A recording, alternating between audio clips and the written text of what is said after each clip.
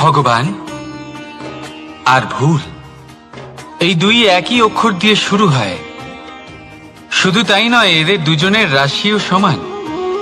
এবারে আপনারা বলবেন যে ভগবান, ভুল, এদের মধ্যে কিভাবে মিল থাকতে পারে? অনেক বড় মিল আছে।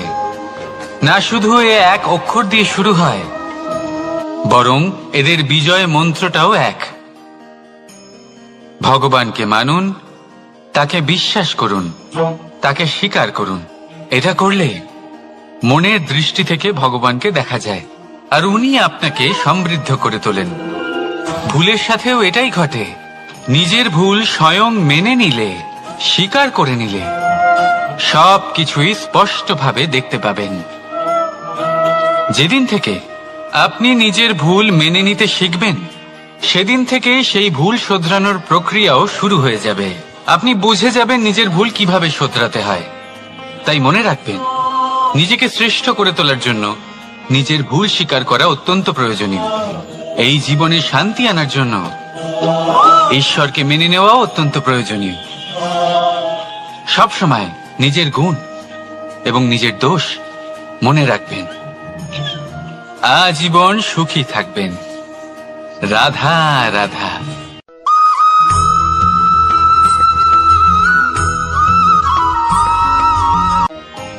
পরীক্ষা এমন একটা শব্দ যেটা শুনে সংসারের বেশিরভাগ মানুষই ভয়ভীত হয়ে পড়েন। কারণটা কি?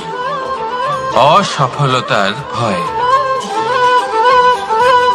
পরীক্ষা এই শব্দের যদি আমি অন্য দিকটা দেখাই, তার তাৎপর্য এই নয় যে আপনার দুর্বলতা সবার সামনে তুলে ধরবে। এটা তো হলো সেই যুক্তি যা আপনার বল, সাহস, শক্তিগুলি সবার সম্মুখে তুলে ধরবে। আগে হ্যাঁ, এটাই হলো সেই যুক্তি। আপনি নিজেই কখনো দেখবেন, পরীক্ষার সময় আপনার অন্তরের অনেক গুণ বাইরে বেরিয়ে আসে। এমন কোন শক্তির উদ্ভব হয় যার বিষয়ে আপনি নিজেও জানতেন না, ঠিক কিনা? তাই এই পরীক্ষাকে কখনো ভয় পাবেন না। বিশ্বাসের সাথে নির্ভীক হয়ে এটার সম্মুখীন হন। দিনের শেষে এই পরীক্ষা শুধুই আপনাকে উজ্জ্বল করবে, আপনাকে আরো শ্রেষ্ঠ করে তুলবে। তাহলে আসুন আমার সাথে ভালোবেসে বলুন, রাধা রাধা।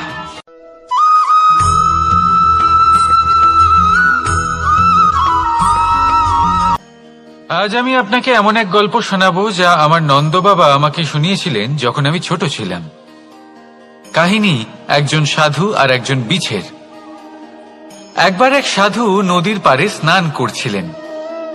উনি দেখলেন যে জলের প্রবাহে একটা বিছে ভেসে যাচ্ছে। তার প্রাণ বাঁচানোর জন্য উনি তাকে তুলে নদীর পাড়ে রাখার চেষ্টা করলেন, কিন্তু যেই সেই বিছেকে উনি হাতে তুললেন, সেই বিছে ওনাকে কামড়ে দিল। সাধু আবার চেষ্টা করলেন, সেই বিছেকে হাতে নেওয়াতে সে আবার তাকে কামড়ে দিল। আরো একবার চেষ্টা করাতে ওনার শিষ্য ওনাকে জিজ্ঞেস করল, এ আপনি কি করছেন গুরুদেব? এসব কি হচ্ছে? আপনি তারই প্রাণ বাঁচানোর চেষ্টা করছেন যে আপনাকে কামড়ে দিচ্ছে।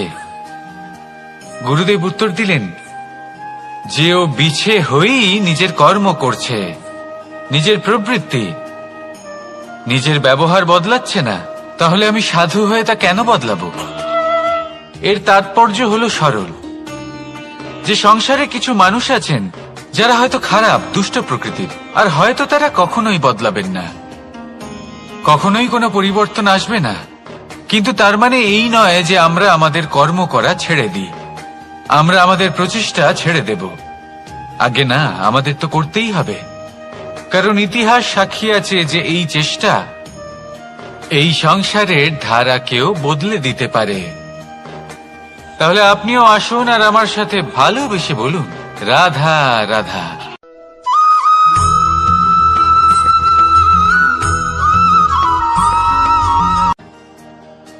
দাদা আমাকে সব সময় জিজ্ঞাসা করেন যে কানাই, তোমার এই মুখের হাসি, তোমার মুখে সব সময় কেন থাকে, কিভাবে থাকে? সামনে শত্রুপক্ষকে দেখেও ধৈর্য হারাও না, কেউ তোমার নিন্দে করলেও তার সাথে ঝগড়া করো না, কেউ তোমার বিষয় খারাপ ভাবলেও তাকে ঘৃণা করো না। কিভাবে আর কেন করো? আপনার মনেও নিশ্চয়ই এই প্রশ্ন আসে। এবারে বলি, এর উত্তর অত্যন্ত সরল। কখনো দেখেছেন গরু আর তার বাচ্চাকে কিভাবে সে তার মায়ের দুগ্ধ পান করে? সুখে থাকে, কারণ ও জানে যে ওর মা এই দুগ্ধরূপী অমৃত ওকে খাওয়াতেই থাকবে। ও জানে যে এই সময় শুধু ওর জন্য, যাতে ও নিজের মায়ের এই দুগ্ধরূপী প্রসাদ গ্রহণ করতে পারে, আর সেই জন্য ও সুখে থাকে। সেইভাবেই এই জীবন হলো ভালোবাসা। এতই ছোট হলো এই জীবন যে ভালোবাসার জন্য কম পড়ে যায়। ঘৃণা করে কেন সময় নষ্ট করব? আমি এটাই করি, আপনিও এটাই করুন। ভালোবাসুন, সবার মধ্যে ভালোবাসা ছড়ান, আর এই ভালোবাসার সাথেই বলুন রাধা রাধা।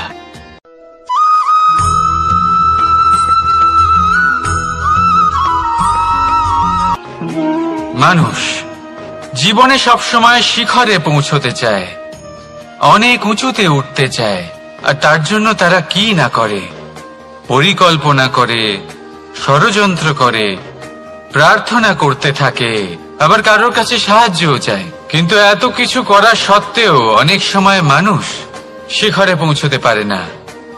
যদি পৌঁছেও যায় তাও খুব তাড়াতাড়ি নিচে নেমে আসে। এর কারণ কি? একটা উদাহরণ দিয়ে বোঝানো যাক। এই হলো ময়ূর পেখম, আর এই হলো পাথর। যদি এই পেখমকে হাওয়ায় ছুঁড়ে দিই তবে ও উড়তে থাকে, কিন্তু এই পাথর অতি শীঘ্রই মাটিতে নেমে আসে। এর কারণ কি? ভার। এই পাথর হলো ভারী, আর এই শিক্ষাই আমাদের গ্রহণ করতে হবে। ঠিক এইভাবেই যদি আমাদের মন দ্বন্দ্ব আর অহংকার দ্বারা পরিপূর্ণ হয়ে থাকে, তাহলে তা কখনোই শিখরে পৌঁছবে না। পৌঁছে গেলেও খুব শীঘ্রই মাটিতে নেমে আসবে। তাই এই মনকে হালকা করতে শিখুন, অহংকারকে, এই হিংসাকে ত্যাগ করুন। তারপর উঁচুতে উড়ে তো দেখুন কত উঁচুতে উড়তে পারবেন আপনি। আসুন আমার সাথে ভালোবেসে বলুন রাধা রাধা।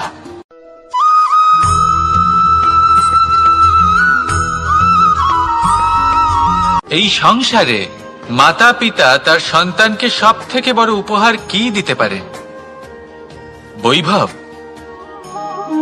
সুযোগ সুবিধা, বাড়ি, নাকি আশেপাশের পরিবেশ?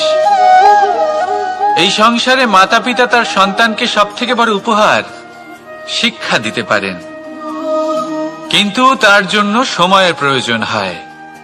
এবার এই সময় অত্যন্ত অদ্ভুত। সময়ের ধারণা সবার রয়েছে। কখনো কখনো কিছু কঠিন সময় বরদানের মতো আমাদের সম্মুখে আসে। এরকম কোন সমস্যার কথা যদি আমি বলি, যেমন যুদ্ধ, মহামারী, মহা অসুখ, এরকম সময় আমাদের কাছে যথেষ্ট সময় থাকে। এই সময় আমরা চিন্তা করি, ভয়ভীত হই, কে জানে কত সম্পত্তির ক্ষয়ক্ষতি হবে। এবার এই সময় কিভাবে কাটিয়ে ওঠা যায়? অশুভ চিন্তা তার মনের মধ্যে বাসা বাঁধে। সে বুঝতে পারে না সে কি করবে। আমি বলবো চিন্তা ত্যাগ করুন, এই ভয়কে ত্যাগ করুন। আর মনে রাখুন একটা গুরুত্বপূর্ণ কথা, যে ঈশ্বর আপনাকে বরদান দিয়েছেন যাতে আপনি নিজের কর্তব্য পূর্ণ করতে পারেন। কর্তব্য, নিজের পরিবারকে সময় দেওয়া, নিজের সন্তানকে শিক্ষা দেওয়া। তাদের সাথে বসুন, কথাবার্তা বলুন, আলোচনা করুন। কিছু কথা তারা বলবে, কিছু আপনি বলবেন, কিছু আপনি শিখবেন, কিছু তারা শিখবে। তাদের সাথে খেলা করুন, তাদের সাথে পূর্বপুরুষের গল্প করুন। এইসব করলে তাতে না শুধু তাদের ভবিষ্যৎ উজ্জ্বল হবে, বরং আপনিও সন্তুষ্টি পাবেন। ভয়ভীত হবেন না। আজ বর্তমানে আপনি কি করতে পারেন যাতে আপনার বর্তমান সঠিক হবে এবং ভবিষ্যৎ উজ্জ্বল হবে, তাতে একাগ্র হন। সবকিছু শুভ হবে। রাধা রাধা।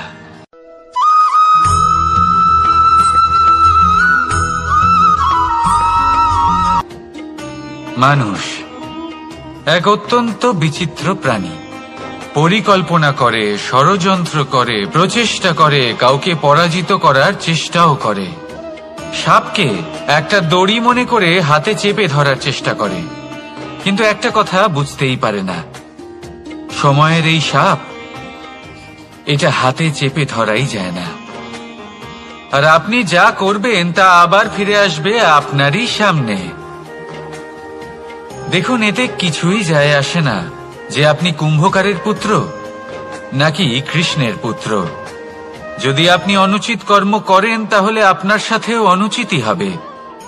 অশুভ কর্ম করলে আপনার সাথেও অশুভই হবে। কুরু বংশ অত্যন্ত মহান বংশ ছিল এই কুরু বংশ। কি হলো তার সাথে? একটা গোটা বংশ বয়ে গেল, কারণ ওনাদের উদ্দেশ্য অশুভ ছিল। অন্যদিকে 5 জন বনবাসী পাণ্ডব মহাভারত বিজয়ী হলেন, কারণ তাদের উদ্দেশ্য শুভ ছিল। তাই মনে রাখবেন, শুভ অগ্নি প্রজ্বলিত করবেন, শুভ তাপ সঞ্চার হবে। অশুভ অগ্নি প্রজ্বলিত করবেন, নরকেই জ্বলতে হবে। তাহলে আসুন আর আমার সাথে ভালোবেসে বলুন, রাধা রাধা।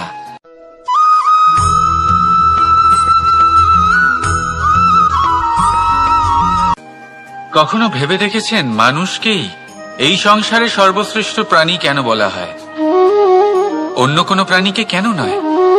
শুধু কি এই জন্যই আমরা চিন্তা করতে পারি, আমাদের কাছে তীক্ষ্ণ বুদ্ধি রয়েছে, কোনো কিছু আবিষ্কার করতে পারি, সেই কারণেই? তা তো অন্য কোনো প্রাণীর কাছেও থাকতে পারে। এমন কিছু পশুও রয়েছে যাদের কাছে তীক্ষ্ণ বুদ্ধি আছে। তাহলে মানুষ কেন? কারণ মানুষের কাছে এমন কিছু রয়েছে যা অন্য প্রাণীর কাছে নেই। মানবতা। মানবতা যা সর্বপ্রথম এগিয়ে যেতে চাইলেও যদি পথে কেউ ধাক্কা খেয়ে পড়ে যায়, তাকে আগলে রাখতেও জানে।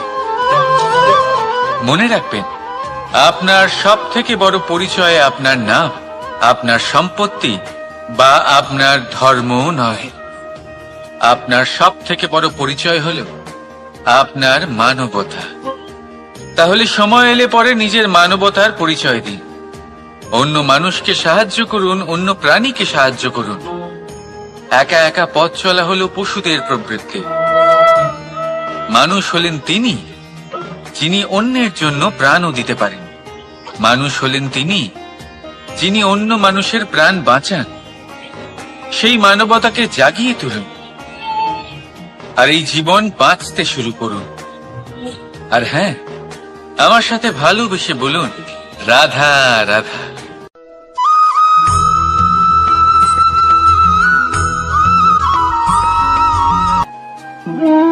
মানুষ জীবনে সবসময় সুখ পেতে চান, কিন্তু এই সুখ এটা আসলে কি? এই সুখের আসল রূপ কি? আমি বলি, সুখের আসলে 2টি রূপ হয়, বাহ্যিক সুখ, আত্মিক সুখ। আর এটা ঠিক তেমনই হয় যেরকম আমাদের শরীরের সাথে জড়িত ছায়া আর আমাদের শরীরের মধ্যে বসবাসকারী আত্মার। যদি ছায়ার কথা ভেবে দেখেন তাহলে বুঝতে পারবেন, আমাদের শোবার সময় ভোরবেলা এই ছায়া অনেক বড় হয়ে যায়। যখন এই সূর্য মাথার উপরে চলে আসে, তার তাপ বেড়ে যায়, তখন এই ছায়া ছোট হয়ে যায়। আর যেই অন্ধকার নেমে আসে, এই ছায়া আপনার সঙ্গ ত্যাগ করে। এরকমই হয় বাহ্যিক সুখ। আর এবার কথা বলি আমাদের শরীরের মধ্যে বসবাসকারী এই আত্মা। এই আত্মা কখনো আমাদের সঙ্গ ত্যাগ করে না, সব সময় আমাদের সাথে জড়িয়ে থাকে। এরকমই হয় আত্মিক সুখ, যা সব সময় আমাদের সাথে থাকে। আত্মিক সুখ কারোর সেবা করে, আত্মিক সুখ কাউকে সাহায্য করে, আত্মিক সুখ প্রেম বোধের, যা কখনো আমাদের সঙ্গ ত্যাগ করে না। সেখানে বাহ্যিক সুখ, যতক্ষণ আপনি সম্পন্ন কিছু মানুষ এবং সুবিধার সাথে আছে, এই বাহ্যিক সুখ আপনার সাথে থাকবে। সম্পন্নতা চলে গেলে, মানুষজন চলে গেলে, সুখ সুবিধা চলে গেলে, বাহ্যিক সুখও চলে যায়। তাহলে এই আত্মিক সুখ খুঁজে নিন এবং সেই সুখের সাথেই বলুন রাধা রাধা।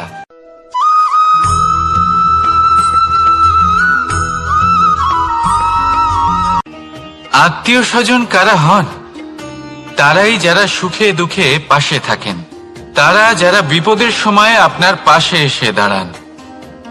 এবার দেখুন, একটা প্রশ্ন করব আপনাদের, সব থেকে ঘনিষ্ঠ, আবশ্যক এবং গুরুত্বপূর্ণ আত্মীয় কারা, বিশেষ করে বিপদের সময়? কেউ বলবেন মাতা, কেউ বলবেন পিতা, কেউ বলবেন ভাই বোন, ইত্যাদি ইত্যাদি। এবার ভাবুন, আপনি বড় হয়ে গেছেন, আপনি বাড়ি থেকে দূরে চলে গেছেন, পেট ভরানোর জন্য আপনাকে প্রত্যেকদিন চেষ্টা করতে হয়। এমন সময় যদি আপনার জীবনে বিপদ এসে পড়ে, তাহলে কখন আপনার খবর ওনাদের কাছে পৌঁছবে? কতক্ষণে ওনারা সাহায্য করতে আসতে পারবেন? এরকম এক সময় সব থেকে গুরুত্বপূর্ণ আত্মীয় হন আপনার প্রতিবেশী, কারণ তারাই সেই মুহূর্তে আপনার সব থেকে কাছে। আপনি কখনো পরীক্ষা করে দেখবেন, আপনার তার সাথে লক্ষ্য মতভেদ থাকলেও প্রতিবেশীকে কষ্টের মধ্যে দেখে সবার আগে সাহায্য করতে তারাই এগিয়ে আসেন। তাই প্রতিবেশীর সাথে সম্পর্ক ভালো রাখুন, শুধুমাত্র স্বার্থের জন্য নয়। এটা হলো শান্তিরও আধার। যদি এই সম্পর্ক ভালো থাকে, তাহলে না কথায় কথায় বিবাদ হবে, না মতান্তর। আর এই সুখী সম্পর্কের ছায়ায় মন প্রসন্ন হয়ে বলবে রাধা রাধা।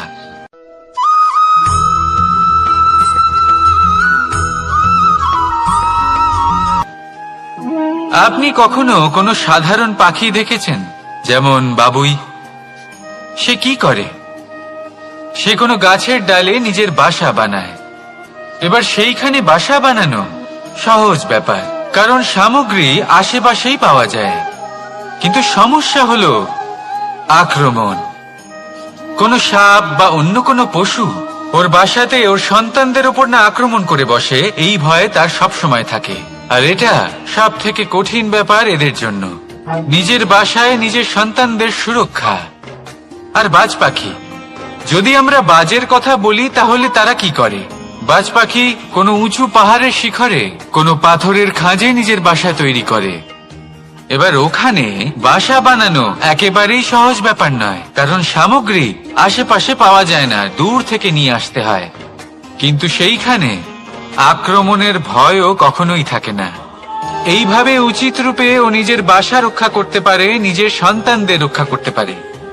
এর সারমর্ম হলো এটাই, যদি সমস্যা বড় হয়, তাহলে সমাধানও উচ্চমানের হওয়া উচিত। একটা বাজ পাখির মতো ভাবা আরম্ভ করে দিন। জীবনে যে কোনো সমস্যা ছোট মনে হবে। রাধা রাধা।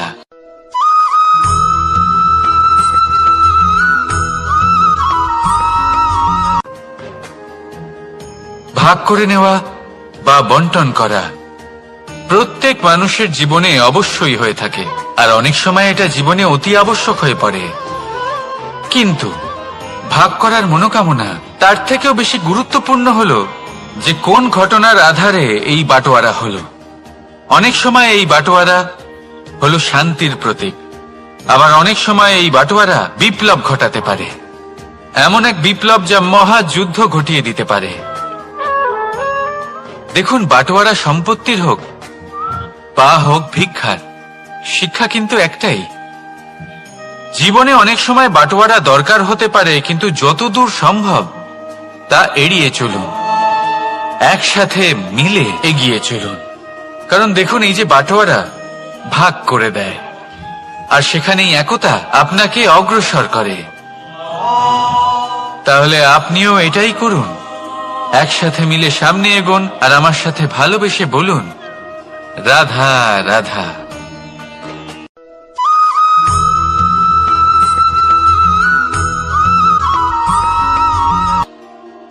জীবনে এমন কিছু কাজ রয়েছে যা আপনাকে একাই করতে হয়, আর এমন কিছু কাজ রয়েছে যা আপনাকে একসাথে মিলে করতে হয়, একজোট হয়ে, সঙ্গবদ্ধ হয়ে। এবার সঙ্গবদ্ধ বলতে কি বোঝাতে চাইছি? আমি তাদের কথা বলছি না যারা বাস্তবিকভাবে একে অপরের সাথে কাজ করেন। আমি তাদের কথা বলছি যারা একে অপরের থেকে দূরে থেকেও একে অপরকে বিশ্বাস করেন। আমি আগেও বলেছিলাম, সমস্ত বিশ্বের আশা বিশ্বাসেই বসবাস করে, তাই না? তাই যেখানে সমস্ত বিশ্ব আছে, সমস্ত সংসার আছে, সেইখানেই বিশ্বাস রয়েছে। তাই আপনার আশেপাশে এমন দল সঙ্গবদ্ধ করুন যাদের আপনার উপর বিশ্বাস আছে আর যাদেরকে আপনি বিশ্বাস করতে পারেন। তাহলে আসুন আর আমার সাথে ভালোবেসে বলুন, রাধা রাধা।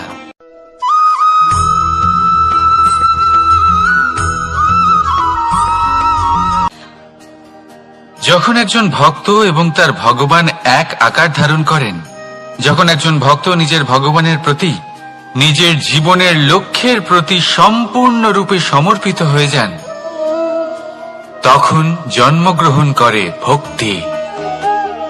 আর তখন সংসারের সমস্ত আশা তিনি ত্যাগ করতে পারেন।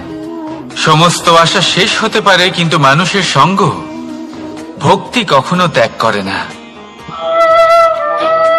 যখন ভক্ত ও ভগবান এক আকার ধারণ করেন, এক হয়ে যান, তখন রথী এবং সারথীর মধ্যে কোনো পার্থক্য থাকে না। তারাও এক হয়ে যান। একটাই ব্যক্তিত্ব, একটাই অস্তিত্ব।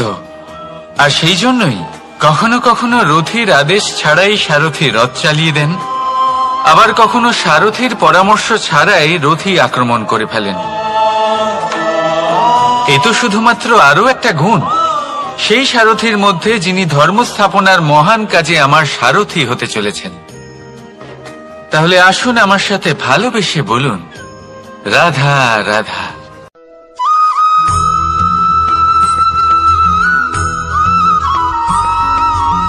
আমরা যে মানুষকে চাই, যাকে আমরা ভালোবাসি, তাকে একটা উপহার অবশ্যই দিতে চাই। এমন এক উপহার যা ওনার ভালো লাগবে, যা শ্রেষ্ঠ হবে, অতি প্রিয় হবে, বহুমূল্য হবে, বা বলতে পারেন মূল্যবান হবে। তাই আমরা কি করি? আমরা বাজারে যাই, তার জন্য স্বর্ণ, আভূষণ, হিরে, মুক্ত এইসব নিয়ে আসি। কিন্তু এটাই কি সর্বশ্রেষ্ঠ উপহার? কখনোই না। সর্বশ্রেষ্ঠ উপহার হলো স্বাধীনতা, তাকে নিজের মনের মতো বাঁচার স্বাধীনতা। যদি আপনি কাউকে স্বাধীনতা না দিতে পারেন, তাহলে সে কোথাও না কোথাও বন্দী হয়ে যায়, তার বিকাশ কোথাও না কোথাও আটকে যায়। কিন্তু যদি আপনি কাউকে স্বাধীনতা দিতে পারেন, তাহলে আপনি দেখবেন ও সমস্ত সংসারকে, এই জীবনকে নিজের দৃষ্টিভঙ্গি দিয়ে দেখবে, বুঝবে যে কোনটা হলো উচিত আর কোনটা হলো অনুচিত। আর এটাই হলো সর্বশ্রেষ্ঠ। আর এবার যদি কাউকে স্বাধীনতার মাধ্যমে এত বড় একটা শক্তি দিতে পারেন, তাহলে আপনি আমাকে বলুন, এর থেকে বড় উপহার আর কি হতে পারে? আসুন আর আমার সাথে ভালোবেসে বলুন, রাধা রাধা।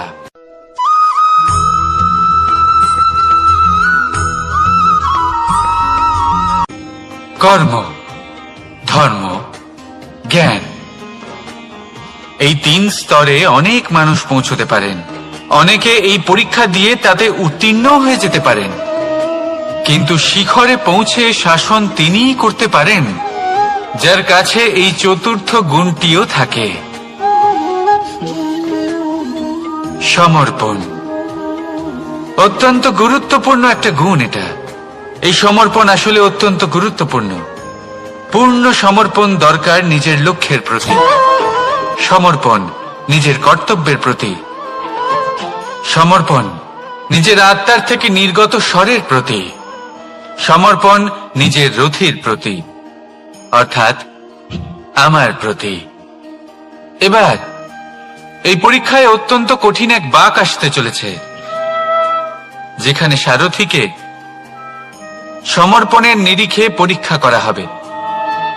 আর তাতে উত্তীর্ণ হওয়ার পরেই তার হাতে ধর্ম স্থাপনের রথের রাশ তুলে দেওয়া হবে।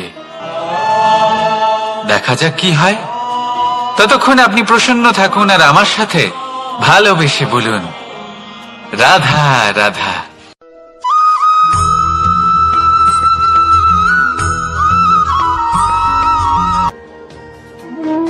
কর্ম, ধর্ম আর কর্তব্য, এই তিনটি একে অপরের সাথে জড়িত। আর অনেক সময় এই তিনটি পালন করতে করতে আমাদের সেই ব্যক্তির সামনে গিয়ে দাঁড়াতে হয়, তার বিরুদ্ধেই যেতে হয় যাকে আমরা সব থেকে বেশি ভালোবাসি। কিন্তু সেইখানে এই যুদ্ধ কোনো ব্যক্তিগত যুদ্ধ থাকে না, এ হলো কর্ম, ধর্ম আর কর্তব্যের যুদ্ধ। এটা সরল নয়, অত্যন্ত কঠিন হয় তার সম্মুখীন হওয়া যাকে আমরা সব থেকে বেশি সম্মান করি। কিন্তু আমাদের তো আমাদের ধর্মের পথে চলতেই হবে, কারণ আমরা কর্মবদ্ধ, কর্তব্যবদ্ধ, আর এটাই করা উচিত। শুধু এটুকু মনে রাখবেন, যদি আপনার উদ্দেশ্য শুভ হয়, আপনার ভাবনা শুভ হয়, আপনি যদি কর্ম, ধর্ম আর কর্তব্যের পথে অগ্রসর হন, তাহলে এই প্রক্রিয়াতে যদি আপনাকে আপনার আরাধ্যেরও সামনে দাঁড়াতে হয়, তাহলেও আপনার কোনো ক্ষতি হবে না। তাহলে আসুন আর আমার সাথে ভালোবেসে বলুন, রাধা রাধা।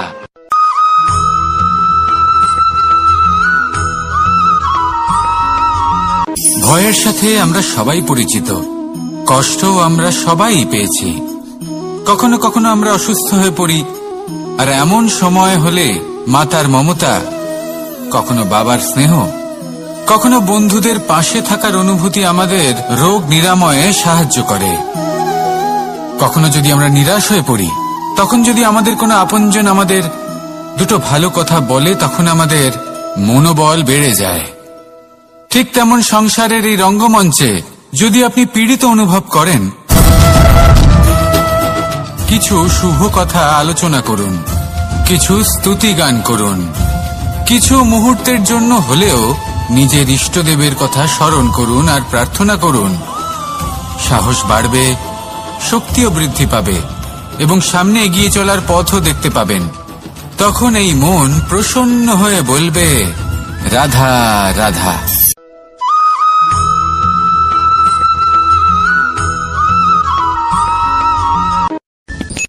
সূর্যের তাপ এতটাই প্রখর হয়, তা সমস্ত বনস্পতিকে শুষ্ক করে দেয়। পুকুর হোক, নদী হোক, সরোবর হোক, সমস্ত শুষ্ক হয়ে যায়। কিন্তু আপনি কখনো শুনেছেন সূর্যের তাপে সমুদ্র শুকিয়ে গেছে? এমন কখনোই হয় না। আর এর পেছনেই লুকিয়ে রয়েছে এক অমূল্য জীবনের শিক্ষা। সমুদ্রের মতো নিজেকে ধৈর্যশীল করে তুললে, নিজেকে সংযমী করে তুললে, সূর্যের তাপ আপনার কোনো ক্ষতি করতে পারবে না। আপনার অন্তর থেকে সেই তাপ বাষ্পায়িত হয়ে মেঘ তৈরি হয়ে সূর্যকে ঢেকে দেবে, আর তারপর হবে শুধু সাফল্যের বৃষ্টি। তাহলে আসুন আর আমার সাথে ধৈর্যের সাথে বলুন, রাধা রাধা।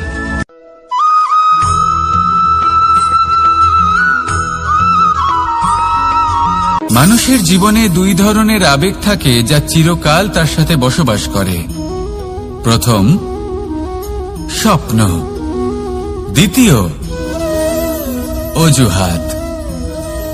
মানুষ হাজার হাজার স্বপ্ন দেখতে পারে। আমাকে এই কাজ করতে হবে, আমাকে ওখানে ঘুরতে যেতে হবে, আমায় জীবনে এই অসম্ভব কাজ বাস্তবায়িত করে দেখাতে হবে, আদি ইত্যাদি। এবার ঠিক যেমন স্বপ্ন দেখেন, সেইভাবে অজুহাতও খুঁজে নিয়ে আসেন। আমি এই স্বপ্ন পূরণ করতে পারলাম না, কারণ আমাকে কেউ সাহায্যই করল না, কারণ আমি দুর্বল হয়ে পড়েছিলাম, কারণ আমার কাছে সময়ই ছিল না, আদি ইত্যাদি। এবার সাফল্য এবং অসফলতার মাঝখানে এই ধরনের সংঘর্ষ হতে থাকে। সাফল্য তখন লাভ করা সম্ভব যখন আপনার স্বপ্ন আপনার অজুহাতের থেকে অনেক বড় হয়, আর অসফলতা তখন পাবেন যখন আপনার অজুহাত আপনার স্বপ্নের থেকে অনেক বড় হয়। আপনি যদি সাফল্য লাভ করতে চান, তাহলে চেষ্টা করতে থাকুন, পরিশ্রম করুন। যদি অসফল হন, তাহলে ভয়ভীত হওয়ার কোনো প্রয়োজন নেই। নিজের ভুল বুঝুন, তাকে শুধরে নিন, আবার চেষ্টা করুন। কিন্তু যদি নিজের জীবনে অজুহাত নিয়ে আসেন, তখন স্বপ্ন কখনো পূরণ হবে না। আসুন আমার সাথে ভালোবেসে বলুন, রাধা রাধা।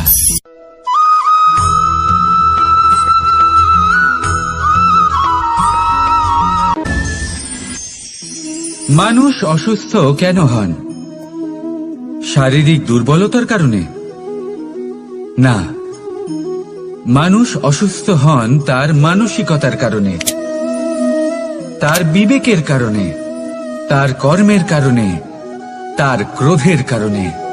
আর যখন কেউ সুস্থ হন, ঠিক হয়ে যান, তার মানে এটা নয় যে শুধু ওষুধের জন্য তিনি সুস্থ হয়েছেন। না, এটা কারোর তার প্রতি প্রেমের প্রভাব, বিশ্বাসের প্রভাব, সম্বলের প্রভাব। শুধুমাত্র ওষুধ দিয়ে কিছুই হয় না। যদি মনে প্রেম থাকে, বিবেক থাকে, বিশ্বাস থাকে, সম্বল থাকে, তবেই সেই ওষুধ কাজ করতে পারে। তাই মনে রাখবেন, এই জীবন হলো অত্যন্ত ছোট। মনে প্রেম ভাব রাখুন, মিত্রতা করুন, শত্রুতা নয়। ভালোবাসুন, বিদ্বেষ নয়। আর এই ভালোবাসার সাথেই বলুন রাধা রাধা।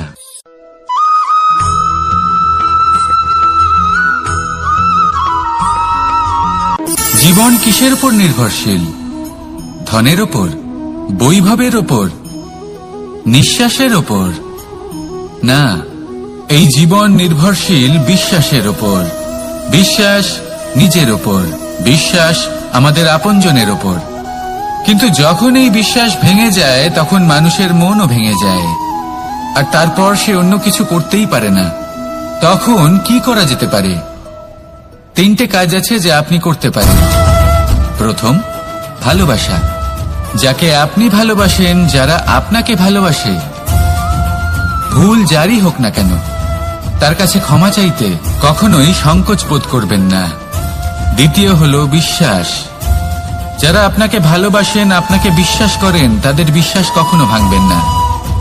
তৃতীয় হলো আশা। যারা আপনাকে ভালোবাসেন, আপনাকে বিশ্বাস করেন, তাদের আশা আপনার সাথে জড়িত। তাদের থেকে কখনো কিচ্ছু লুকোবেন না।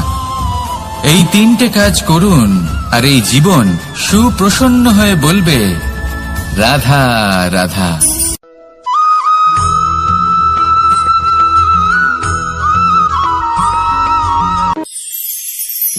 মানুষ জীবনে সব সময় চিন্তা করে, ভাবতে থাকে যে তার জীবনে কতই না সমস্যা।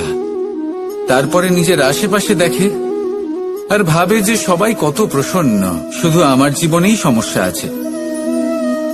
কিন্তু বিষয়টা তা নয়। শুধু প্রত্যেক ব্যক্তিরই নয়, প্রত্যেক প্রাণীরও জীবনে সমস্যা আছে।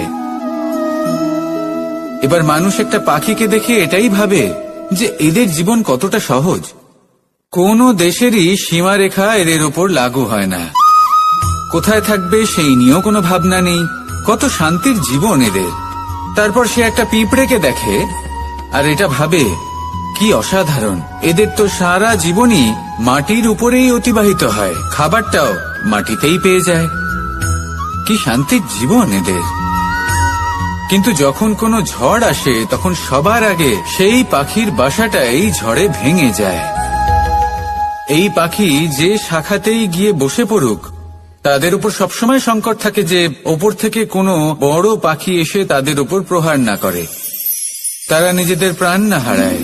আর যদি কথা বলি পিঁপড়েকে নিয়ে, এদের উপর সবসময় সংকট থাকে যে কোনোভাবে বাতাস বা জল এদের ভাসিয়ে না নিয়ে যায়, কোনো প্রাণী ওকে পা দিয়ে পিষে না দেয়, এই পিঁপড়ে পিষ্ট হয়ে না মারা যায়। দেখুন, সমস্যা প্রত্যেকের জীবনে রয়েছে, আর এই সমস্যা আসতেই থাকবে। এর অর্থ এটা নয় যে এই সমস্যার সম্মুখীন হওয়া যায় না, এর সমাধানও সম্ভব নয়। প্রত্যেক সমস্যার সমাধান অবশ্যই আছে, শুধু শান্ত মনে সেটা খুঁজে বের করতে হবে। তাহলে সেটাই করুন, প্রত্যেক সমস্যার সমাধান করতে থাকুন। যত সমাধান করবেন, জীবন আনন্দময় হয়ে উঠবে। যদি সমাধান না করেন, তাহলে আজীবন দুঃখই পেতে থাকবেন। আসুন আমার সাথে ভালোবেসে বলুন রাধা রাধা।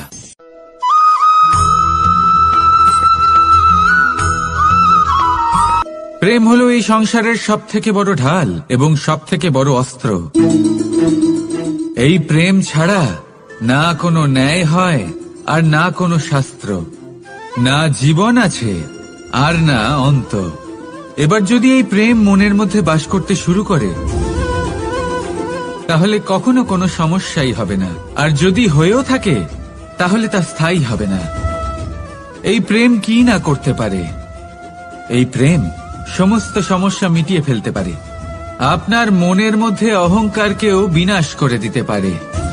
আপনাকে সাক্ষাৎ ঈশ্বরের সাথে দেখা করাতে পারে। তাই প্রেমের দ্বারা প্রয়াস করতে থাকুন। এই সংসারের প্রত্যেক মানুষকে, প্রত্যেক বস্তুকে, প্রত্যেক জীব জন্তুকে ভালোবাসবেন। আর এই প্রেমের দ্বারাই বলুন রাধা রাধা।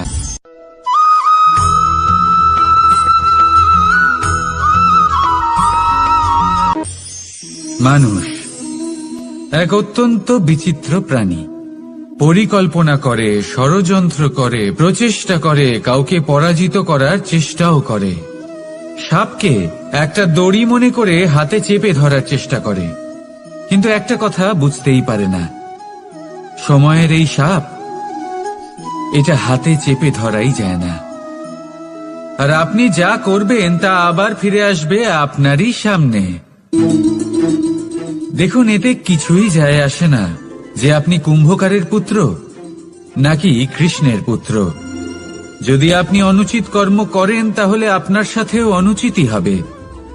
অশুভ কর্ম করলে আপনার সাথেও অশুভই হবে। কুরু বংশ অত্যন্ত মহান বংশ ছিল। এই কুরু বংশ কি হলো তার সাথে? একটা গোটা বংশ বয়ে গেল। কারণ ওনাদের উদ্দেশ্য অশুভ ছিল। অন্যদিকে 5 জন বনবাসী পাণ্ডব মহাভারত বিজয়ী হলেন, কারণ তাদের উদ্দেশ্য শুভ ছিল। তাই মনে রাখবেন, শুভ অগ্নি প্রজ্বলিত করবেন, শুভ তাপ সঞ্চার হবে। অশুভ অগ্নি প্রজ্বলিত করবেন, নরকেই জ্বলতে হবে। তাহলে আসুন আর আমার সাথে ভালোবেসে বলুন রাধা রাধা।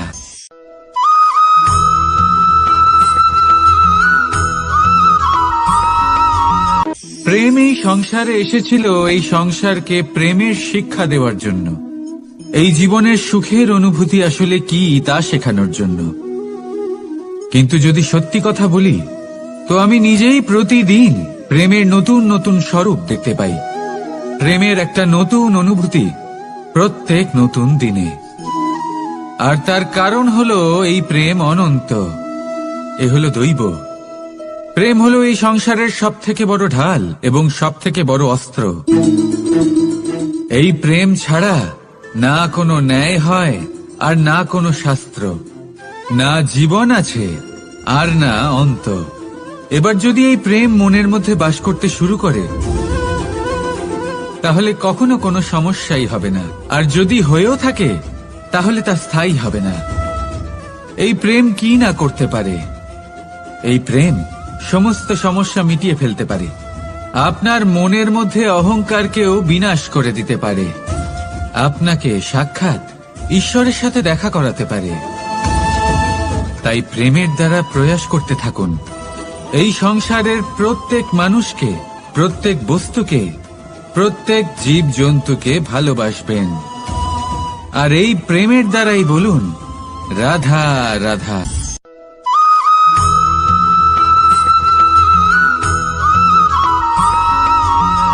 জীবনে এমন কিছু কাজ রয়েছে যা আপনাকে একাই করতে হয়, আর এমন কিছু কাজ রয়েছে যা আপনাকে একসাথে মিলে করতে হয়, একজোট হয়ে, সঙ্গবদ্ধ হয়ে। এবার সঙ্গবদ্ধ বলতে কি বোঝাতে চাইছি? আমি তাদের কথা বলছি না যারা বাস্তবিকভাবে একে অপরের সাথে কাজ করেন। আমি তাদের কথা বলছি যারা একে অপরের থেকে দূরে থেকেও একে অপরকে বিশ্বাস করেন। আমি আগেও বলেছিলাম, সমস্ত বিশ্বের আশা বিশ্বাসেই বসবাস করে, তাই না? তাই যেখানে সমস্ত বিশ্ব আছে, সমস্ত সংসার আছে, সেইখানেই বিশ্বাস রয়েছে।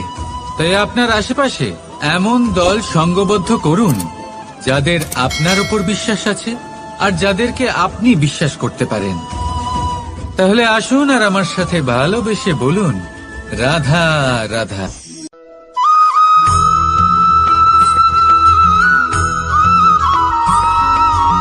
আমরা যে মানুষকে চাই, যাকে আমরা ভালোবাসি, তাকে একটা উপহার অবশ্যই দিতে চাই। এমন এক উপহার যা ওনার ভালো লাগবে। যা শ্রেষ্ঠ হবে, অতি প্রিয় হবে, বহুমূল্য হবে, বা বলতে পারেন মূল্যবান হবে। তাই আমরা কি করি? আমরা বাজারে যাই, তার জন্য স্বর্ণ, আভূষণ, হিরে, মুক্ত এইসব নিয়ে আসি। কিন্তু এটাই কি সর্বশ্রেষ্ঠ উপহার? কখনোই না। সর্বশ্রেষ্ঠ উপহার হল স্বাধীনতা, তাকে নিজের মনের মতো বাঁচার স্বাধীনতা। যদি আপনি কাউকে স্বাধীনতা না দিতে পারেন, তাহলে সে কোথাও না কোথাও বন্দী হয়ে যায়, তার বিকাশ কোথাও না কোথাও আটকে যায়। কিন্তু যদি আপনি কাউকে স্বাধীনতা দিতে পারেন, তাহলে আপনি দেখবেন ও সমস্ত সংসারকে, এই জীবনকে নিজের দৃষ্টিভঙ্গি দিয়ে দেখবে, বুঝবে যে কোনটা হলো উচিত আর কোনটা হলো অনুচিত। আর এটাই হলো সর্বশ্রেষ্ঠ। আর এবার যদি কাউকে স্বাধীনতার মাধ্যমে এত বড় একটা শক্তি দিতে পারেন, তাহলে আপনি আমাকে বলুন, এর থেকে বড় উপহার আর কি হতে পারে? আসুন আর আমার সাথে ভালোবেসে বলুন, রাধা রাধা।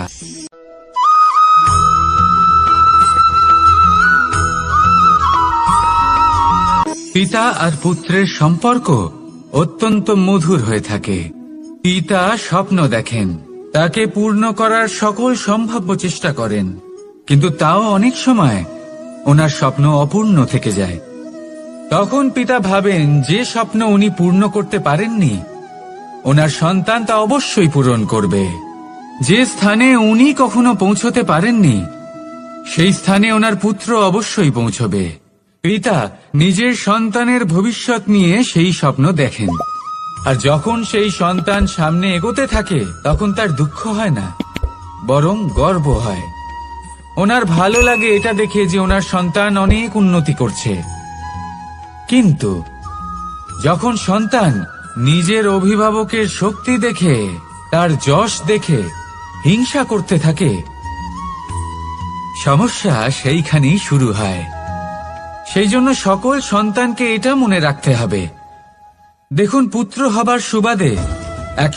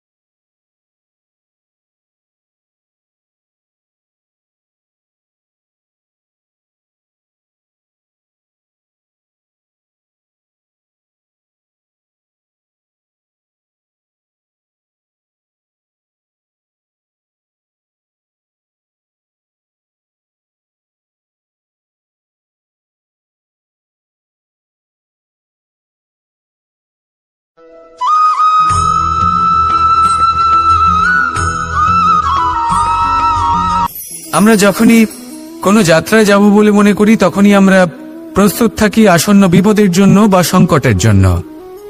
যেমন যদি আমাদের মনে হয় যে আজকের পরিবেশ খুব ঠান্ডা হবে, তাহলে আমরা গরম বস্ত্র ধারণ করি বা সেটাকে সাথে নিয়ে যাই। যদি মনে হয় যে বৃষ্টি হতে পারে বা বৃষ্টি হয়ে চলেছে আমরা দেখছি, তাহলে আমরা একটা ছাতা সাথে নিয়ে নিই।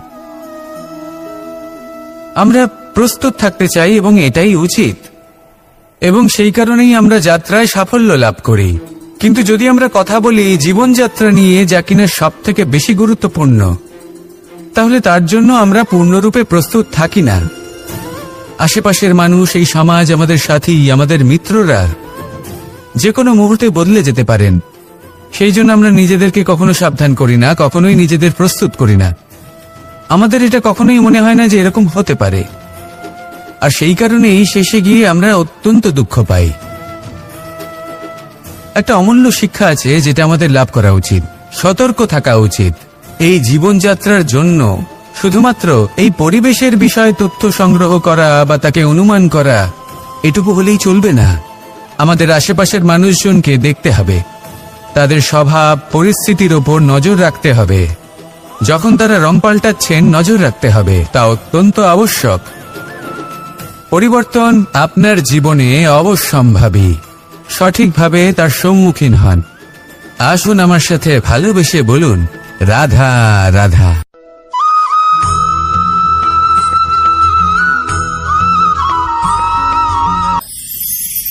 ঈশ্বর আসলে কে? সংসারের বেশিরভাগ মানুষের কাছে ঈশ্বর হলেন এই সংসারের রচয়িতা, পালনকর্তা। কারোর কাছে উনি জ্ঞাতা, কারোর কাছে উনি হলেন আস্থার প্রতীক, আবার কারোর জন্য শুধুমাত্র অন্ধ বিশ্বাস। কিন্তু এই ঈশ্বর কি কোনো শরীর, নাকি একটা বোধ, নাকি শুধুই শ্রদ্ধা?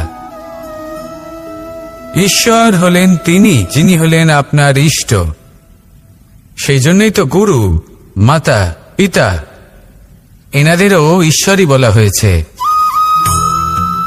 যাদেরকে আমরা ঈশ্বর বলে মনে করি, যারা আমাদের ইষ্ট, তারা আমাদের একটি পথ দেখান, একটি দিকে চালিত করেন। সেই পথে চলে আপনি শুভ কর্ম করতে পারেন।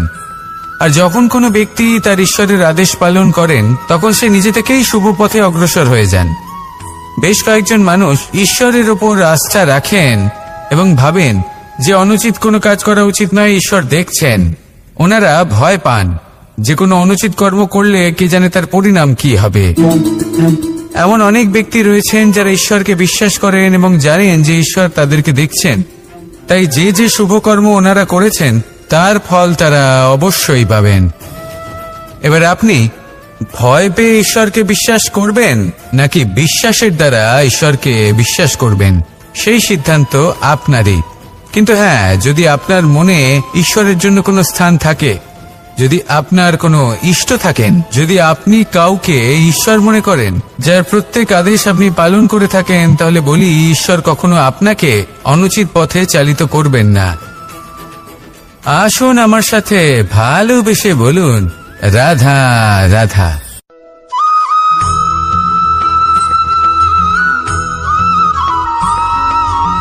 আমি রথে যাত্রা করি। বারবার থেমে আপনাকে দেখতে হবে, নিজেকে কিছু প্রশ্ন করতে হবে। আমি কি আজ সেই কর্মই করছি যেটা আমি করতে চেয়েছিলাম? আমি কি আজ সেই জীবন যাপন করছি যেমন আমি যাপন করতে চেয়েছিলাম? যদি এই প্রশ্নগুলোর উত্তর হ্যাঁ হয়, তাহলে এগোতে থাকুন, নয়তো থেমে যান এবং বিচরণ করুন। মনে রাখবেন, এই সংসার অত্যন্ত জটিল, আর এতে হারিয়ে যাওয়া অত্যন্ত সরল। সেই জন্য নিজে থেকে বারবার থামা এবং জীবন চিন্তন করা অত্যন্ত আবশ্যক। তাহলে সেটাই করুন, আর আমার সাথে ভালোবেসে বলুন, রাধা রাধা।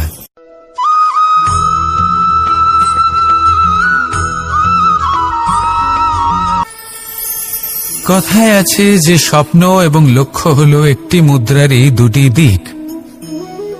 যতক্ষণ না স্বপ্ন দেখছেন, ততক্ষণ বুঝবেন কি করে আপনার লক্ষ্য কি? স্বপ্ন দেখে যদি নিজের লক্ষ্য বুঝতে পারেন, সেটা পেতে চান, তবেই সেটা লাভ করতে পারবেন। কিন্তু স্বপ্ন এবং লক্ষ্য এই দুইয়ের মধ্যে একটা ভারসাম্য রয়েছে, যেটা বজায় রাখা প্রয়োজনীয়। একে আমরা বলে থাকি পরিশ্রম। দেখুন, যদি আপনি স্বপ্ন দেখতে চান তাহলে পরিশ্রম ত্যাগ করে নিদ্রা লাভ প্রয়োজন, কিন্তু যদি আপনি লক্ষ্য লাভ করতে চান তাহলে আপনাকে নিদ্রা ত্যাগ করে পরিশ্রম করতে হবে। তাই আলস্য ত্যাগ করুন এবং সিদ্ধান্ত নিন যে আপনি কি চান। আপনার জীবনের এই তুলাদণ্ডে স্বপ্নের পাল্লা ভারী হওয়া প্রয়োজন নাকি লক্ষ্যের?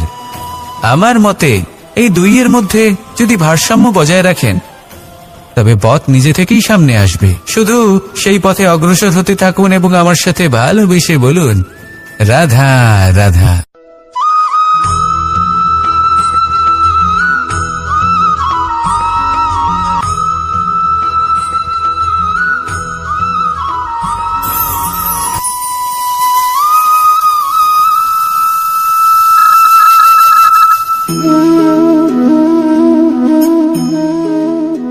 মোহনের বাঁশির এই সুর, এই সঙ্গীত কার না পছন্দ হয়?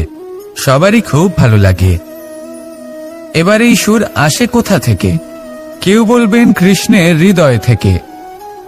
সত্য কথা, এই সুর হৃদয় থেকে নির্গত হয় এবং প্রকট হয় এই বাঁশি থেকে। এই বাঁশিটাকে দেখুন, এই ছিদ্রগুলি দেখুন, প্রত্যেকটা সুর থেকে নিজস্ব একটা স্বর নির্গত হয়।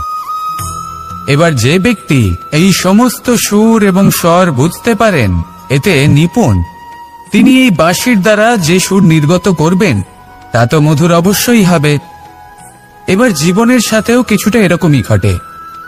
জীবনের কিছু নীতি থাকে, অর্থ, কুটুম্ব এবং আধ্যাত্মিক। যদি জীবনের প্রত্যেকটা মুহূর্ত সুখময় হয় এরকম আপনি চান, তাহলে এই তিনটি নীতিতে আপনাকে নিপুণ হতে হবে। কোনো একটি বিশেষ নীতির প্রতি যদি আপনি বেশি ঝুঁকে পড়েন তাহলে বাকি দুই নীতি থেকে যা সুখ লাভ করা সম্ভব তা পারবেন না।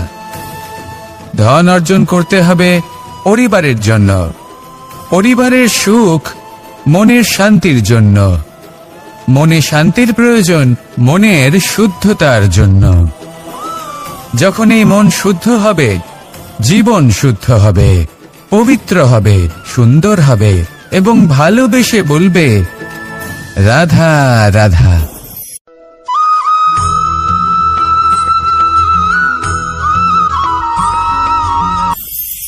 আপনারা সবাই একটা গাছের পাতাকে দেখুন।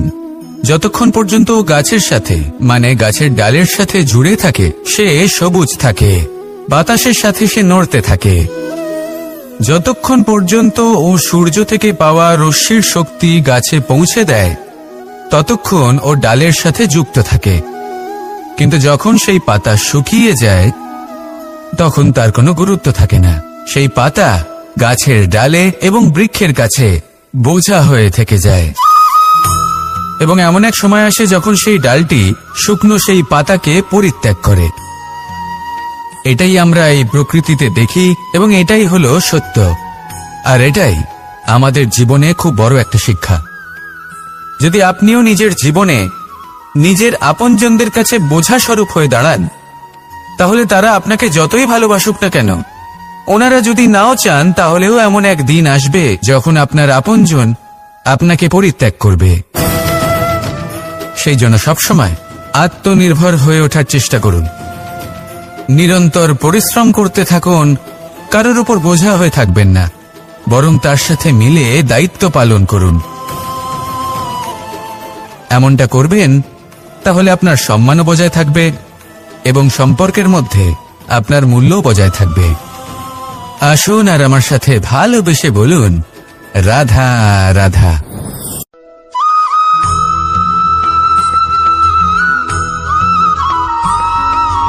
এই শুকনো পাতাটিকে দেখুন, নিষ্প্রাণ হয়ে পড়েছে। কোনো একটা সময় এই পাতাটি একটা গাছের ডালে ছিল। সেই গাছ ওর লালন পালন করত। যখন যখন বাতাস বইত, এই পাতায় কম্পন দেখা দিত, মনকে প্রফুল্ল করে তুলত। কোনো একদিন এই পাতা গাছের ডাল থেকে ঝরে পড়ে গেল। নিঃসন্দেহে ও নিজের স্বাধীনতা পেল, কিন্তু আস্তে আস্তে শুকিয়ে গেল, নিষ্প্রাণ হয়ে গেল। দেখুন, আমি এই কথা বলছি না যে স্বাধীনতা অনুচিত, কখনোই না। কিন্তু যে কোনো পরিস্থিতিতে স্বাধীন হতে চাওয়া এটা নিশ্চিতরূপে অনুচিত। আমরা যদি আমাদের জীবনে পরিবারের গুরুত্ব ভেবে দেখি, তাহলে এই পরিবারে যতই মতভেদ থাকুক না কেন, যতই মনোমালিন্য থাকুক না কেন, যতই বিবাদ থাকুক না কেন, এই সব মিটিয়ে নেওয়া অত্যন্ত প্রয়োজনীয়। সেই সবকিছু সমাপ্ত করা অত্যন্ত প্রয়োজনীয়। কখনো এই পরিবারকে ভাঙতে দেবেন না, কখনো এই পরিবার থেকে দূরে চলে যাবেন না। এই পরিবার হলো আমাদের জীবনের একটা অমূল্য সম্পদ, অমূল্য এক আশ্রয়, যা এই সংসারে হয়তো কোথাও আপনি পাবেন না। তাই একে আগলে রাখুন। ভেবে নিন আপনি পাতা আর আপনার পরিবার সেই গাছ। আসুন আমার সাথে ভালোবেসে বলুন, রাধা রাধা।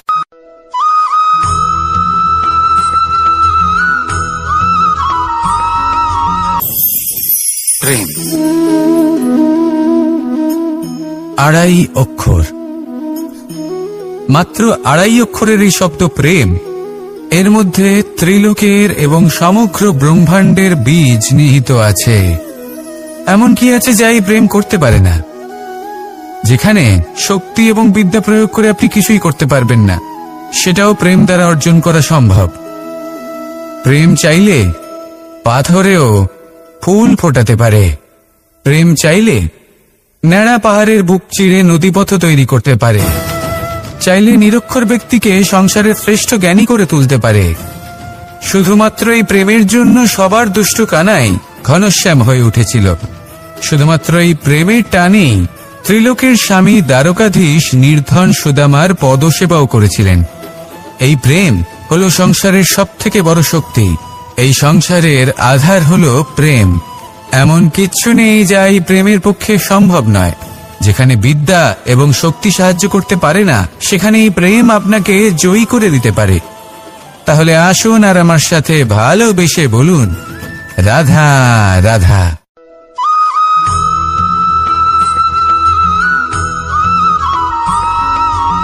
দীপাবলি আমাদের সবথেকে বড় উৎসব। শ্রীরাম রাবণকে পরাস্ত করে 14 বছরের বনবাস কাটিয়ে আবার অযোধ্যায় ফিরে এলেন অমাবস্যার রাত্রে। অযোধ্যায় সবাই খুব প্রসন্ন ছিলেন, খুবই উৎসাহিত ছিলেন। অযোধ্যায় সহস্র প্রদীপ প্রজ্বলিত করা হয়েছিল এই উৎসবে। একে আমরা দীপাবলি বলে থাকি।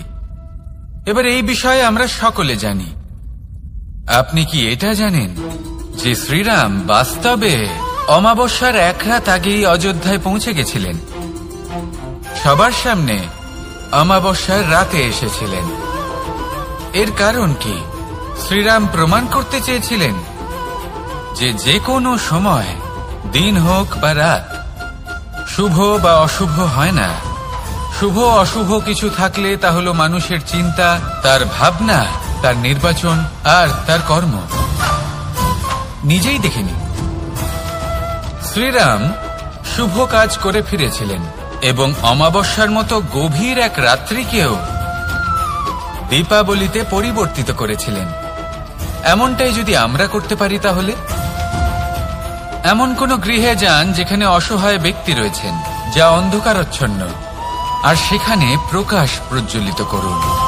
প্রকাশ সহায়তার, প্রেরণার, আশার।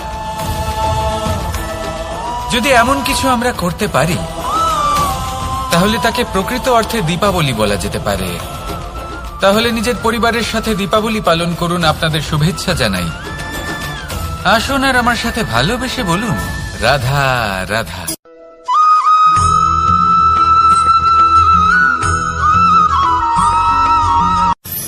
মানুষের এই জীবন, মানুষ জন্ম নেয়, একটা নির্দিষ্ট সময়ের পরে এই সংসার ত্যাগ করে চলেও যায়। এবার শুধু এটাই আবশ্যক নয় যে এই জীবনকালকে আপনি যাপন করবেন, শুধু এটাই গুরুত্বপূর্ণ নয়।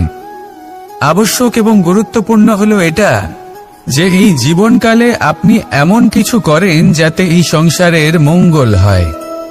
যাতে এই সংসার আপনাকে মনে রাখে, আপনার থেকে প্রেরিত হয়, আপনার মতো হতে চায়। প্রত্যেক বছর আপনার জন্মতিথির অপেক্ষা করে, এমনভাবে আপনার জন্মদিন পালন করে যাতে সেটা মহোৎসবের আকার ধারণ করে। এবার এই জন্মদিন এমনি এমনি মহোৎসবে পরিণত হয় না। তখন হয় না যখন কোনো ব্যক্তি রাজার রূপে বা কোনো গোয়ালার রূপে জন্মগ্রহণ করে। তখন পরিণত হয় যখন একজন মানুষ জন্মগ্রহণের পরে এই সংসারকে কোনো শিক্ষা দিয়ে যান। কিভাবে একজন মানুষ গোয়ালা থেকে রাজা হতে পারে, কিভাবে একজন মানুষ অসত্য থেকে সত্যের পথে চলতে শুরু করেন, অধর্ম থেকে ধর্মের পথে চালিত হতে পারেন, কিভাবে অন্ধকার থেকে প্রকাশের দিকে যেতে পারেন, কিভাবে নিজের আত্মাকে পরমাত্মার সাথে মিলিত করতে পারেন। তা সে রামনবমী হোক বা জন্মাষ্টমী হোক, তাদের জীবনের সাথে জড়িত প্রত্যেক মুহূর্ত একটা পরবের আকার ধারণ করে। তাহলে আপনিও এইভাবে নিজের জীবন যাপন করতে থাকুন। এই সংসারে শুধু ভালোবাসা বিতরণ করুন, কিছুটা এমন ভাবে বিতরণ করুন যাতে আপনি এই সংসার থেকে চলে যাওয়ার পরেও এই সংসারে আপনি শুধুই ভালোবাসা বিতরণ করতে পারেন। যদি আপনি এরকম করেন, সংসারকে প্রেরণা দেন, তাহলে আপনার জীবনও রাধা কৃষ্ণের প্রেমের মতোই অলৌকিক এবং দৈব হয়ে উঠবে। আসুন আর আমার সাথে ভালোবেসে বলুন, রাধা রাধা।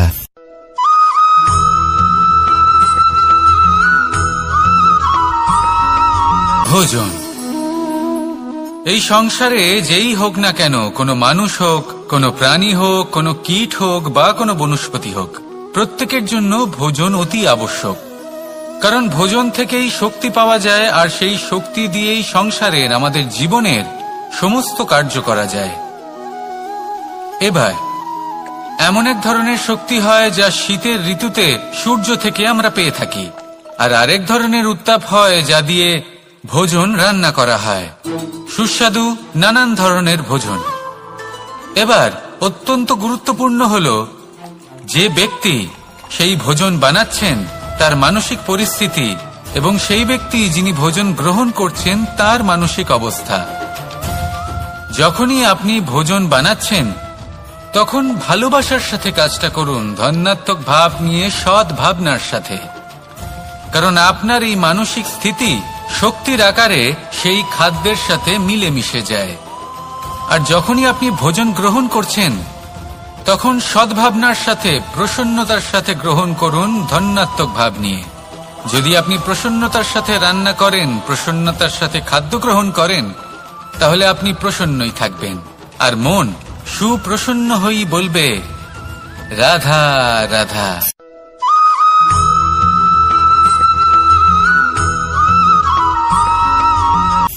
কথায় আছে সংসারে নাকি সকল রোগের ওষুধ আছে। যদি আপনি নিজের শরীরকে ভালোবাসেন তাহলে ব্যায়াম করুন, যদি নিজের নিঃশ্বাস প্রশ্বাসকে ভালোবাসেন তাহলে প্রাণায়াম করুন, যদি আপনি নিজের আত্মাকে ভালোবাসেন তাহলে ধ্যান করুন। কিন্তু যদি আপনি নিজের জীবনকে, পরমাত্মাকে ভালোবাসেন তাহলে সকলকে ভালোবাসতে থাকুন। এই ভালোবাসা অত্যন্ত গুরুত্বপূর্ণ এবং আবশ্যক। ভালোবাসার থেকে ভালো না কোনো ওষুধ আছে, না আছে কোনো আসন। এর থেকে ভালো না কোনো ব্যায়াম আছে, আর না কোনো প্রাণায়াম। এই ভালোবাসা বড় বড় সমস্যারও সমাধান করতে পারে। ভালোবাসা বড় বড় বিপদকে আপনার থেকে দূর করতে পারে। এই ভালোবাসাই আপনাকে জীবনে বাঁচতে শেখায়, কারণ ভালোবাসাই হলো জীবনের আসল সত্য। তাহলে আসুন আর আমার সাথে ভালোবেসে বলুন, রাধা রাধা।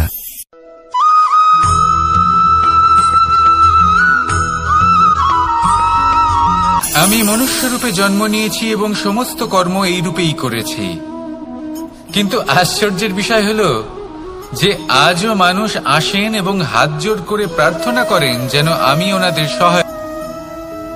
ঈশ্বর হলেন তিনি যিনি হলেন আপনার ইষ্ট। সেই জন্যই তো গুরু, মাতা, পিতা এনাদেরও ঈশ্বরই বলা হয়েছে।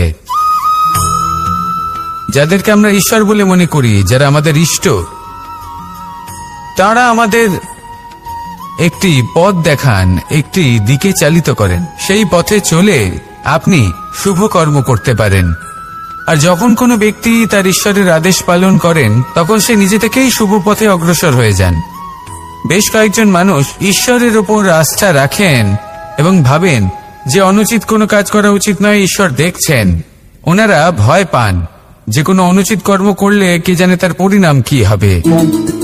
এমন অনেক ব্যক্তি রয়েছেন যারা ঈশ্বরকে বিশ্বাস করেন এবং জানেন যে ঈশ্বর তাদেরকে দেখছেন, তাই যে যে শুভ কর্ম ওনারা করেছেন তার ফল তারা অবশ্যই পাবেন।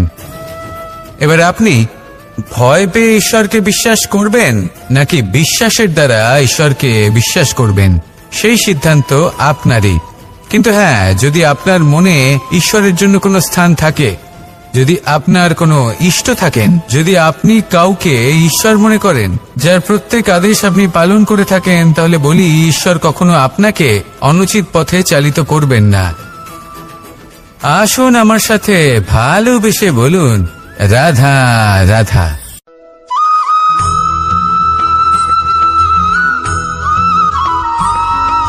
মানুষ যখন এই সংসারে প্রবেশ করে, অর্থাৎ জন্মগ্রহণ করে, তখন নিশ্চিন্তে থাকে, আনন্দে থাকে। কিন্তু যেইমাত্র তার মধ্যে বোধশক্তি আসে, তখন সে চিন্তা করতে শুরু করে।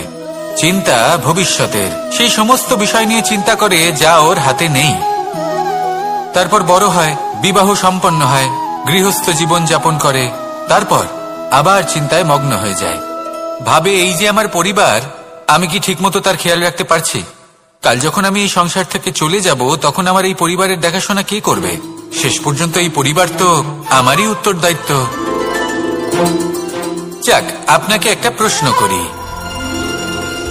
এই সংসারে আসার পূর্বে আপনি কি এই প্রশ্ন করেছিলেন, এটা ভেবেছিলেন যে আমাকে ছাড়া এই সংসার কিভাবে চলবে?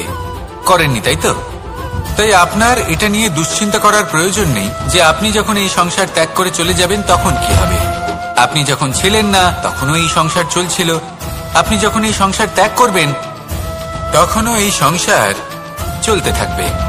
যদি কোনো বিষয়ের প্রভাব থাকে, তা হলো আপনার আজকের তথা বর্তমানের কর্ম, অর্থাৎ আজ আপনি কি করছেন, কার জন্য মঙ্গল করছেন, কাকে প্রেরণা দিচ্ছেন, কাকে সাহায্য করছেন, কোন উদাহরণ প্রস্তুত করছেন। আপনি এই সংসারে যে ছবি অঙ্কন করবেন, সংসার সেটাই মনে রাখবে।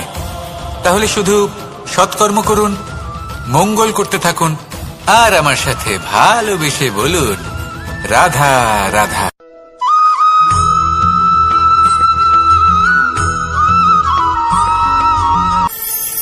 কথায় আছে যে স্বপ্ন এবং লক্ষ্য হলো একটি মুদ্রারই দুটি দিক। যতক্ষণ না স্বপ্ন দেখছেন, ততক্ষণ বুঝবেন কি করে আপনার লক্ষ্য কি? স্বপ্ন দেখে যদি নিজের লক্ষ্য বুঝতে পারেন, সেটা পেতে চান, তবেই সেটা লাভ করতে পারবেন।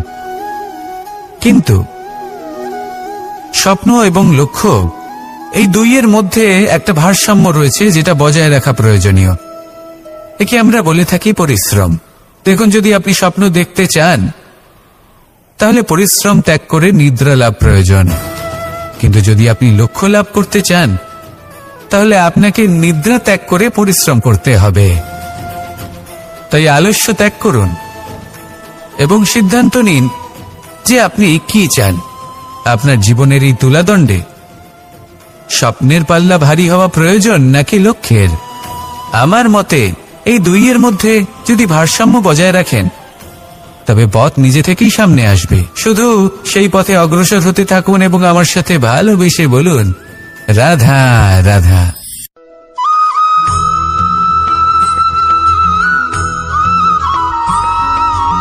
সংসারে আমাদের জীবনে যখন কোনো সুখ বা দুঃখ আসে, তার জন্য আমরা কাউকে না কাউকে অবশ্যই দায়ী করে থাকি, তাই না? এই ব্যক্তি আমাদের সাথে এরকম কাজ করেছেন, তাই আমার সাথে এমন হলো। ওই ব্যক্তি যদি এমনটা না করতেন, তাহলে আজ আমি ওই স্থানে পৌঁছতে পারতাম। সবই আপনার দৃষ্টিভঙ্গির ওপর নির্ভরশীল। আর যদি আপনার দৃষ্টিভঙ্গি এমন হয়, তাহলে তা অনুচিত। সত্যি কথা বলতে, এই সংসারে ভিন্ন ভিন্ন ধরনের মানুষ আছে। এটা আপনার উপর নির্ভর করছে কিভাবে তাদের স্বাগত জানাবেন। একবার ভাবুন, আমি আমার দুটো হাত সামনে নিয়ে এলাম। দুটো মুঠো খুলে দিলাম। দুই প্রকারের মানুষ আসবেন, কিছু না কিছু দিয়ে যাবেন। এই মুঠো যদি আমি বন্ধ করে দিই, তাহলে না কেউ আমাকে কিছু দিতে পারবে, না আমার কিছু যাবে আসবে। নিশ্চয়ই বুঝতে পারছেন এই দুই ধরনের ব্যক্তি কারা এবং তারা কি দিয়ে যান। আমি যদি নিজের মুঠো খুলে দিই, তাহলে কিছু ভালো মানুষ আসবেন, আমাকে আনন্দ, সন্তুষ্টি, জ্ঞান প্রদান করে যাবেন, ভালো অভিজ্ঞতা দিয়ে যাবেন। কোনো খারাপ ব্যক্তি যদি আসেন, তাহলে তিনিও খারাপ অভিজ্ঞতা দেবেন, যার থেকে আমি শিক্ষা লাভ করব।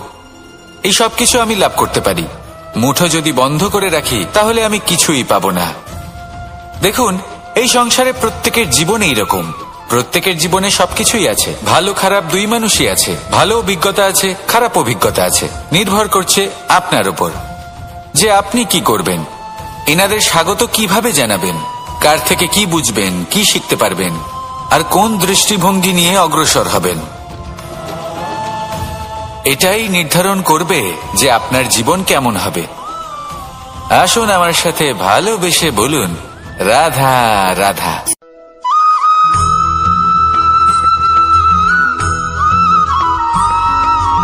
আমরা যখনই কোনো যাত্রায় যাব বলে মনে করি, তখনই আমরা প্রস্তুত থাকি আসন্ন বিপদের জন্য বা সংকটের জন্য। যেমন যদি আমাদের মনে হয় যে আজকের পরিবেশ খুব ঠান্ডা হবে, তাহলে আমরা গরম বস্ত্র ধারণ করি বা সেটাকে সাথে নিয়ে যাই। যদি মনে হয় যে বৃষ্টি হতে পারে বা বৃষ্টি হয়ে চলেছে, আমরা দেখছি, তাহলে আমরা একটা ছাতা সাথে নিয়ে নিই। আমরা প্রস্তুত থাকতে চাই এবং এটাই উচিত, এবং সেই কারণেই আমরা যাত্রায় সাফল্য লাভ করি। কিন্তু যদি আমরা কথা বলি জীবনযাত্রা নিয়ে, যা কিনা সব থেকে বেশি গুরুত্বপূর্ণ, তাহলে তার জন্য আমরা পূর্ণরূপে প্রস্তুত থাকি না। আশেপাশের মানুষ, এই সমাজ, আমাদের সাথী, আমাদের মিত্ররা যে কোনো মুহূর্তে বদলে যেতে পারেন। সেই জন্য আমরা নিজেদেরকে কখনো সাবধান করি না, কখনোই নিজেদের প্রস্তুত করি না। আমাদের এটা কখনোই মনে হয় না যে এরকম হতে পারে, আর সেই কারণেই শেষে গিয়ে আমরা অত্যন্ত দুঃখ পাই। একটা অমূল্য শিক্ষা আছে যেটা আমাদের লাভ করা উচিত। সতর্ক থাকা উচিত। এই জীবনযাত্রার জন্য শুধুমাত্র এই পরিবেশের বিষয়ে তথ্য সংগ্রহ করা বা তাকে অনুমান করা, এটুকু হলেই চলবে না। আমাদের আশেপাশের মানুষজনকে দেখতে হবে, তাদের স্বভাব পরিস্থিতির ওপর নজর রাখতে হবে।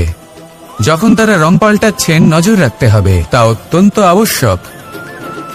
পরিবর্তন আপনার জীবনে অবশ্যম্ভাবী। সঠিকভাবে তার সম্মুখীন হন। আসুন আমার সাথে ভালোবেসে বলুন, রাধা রাধা।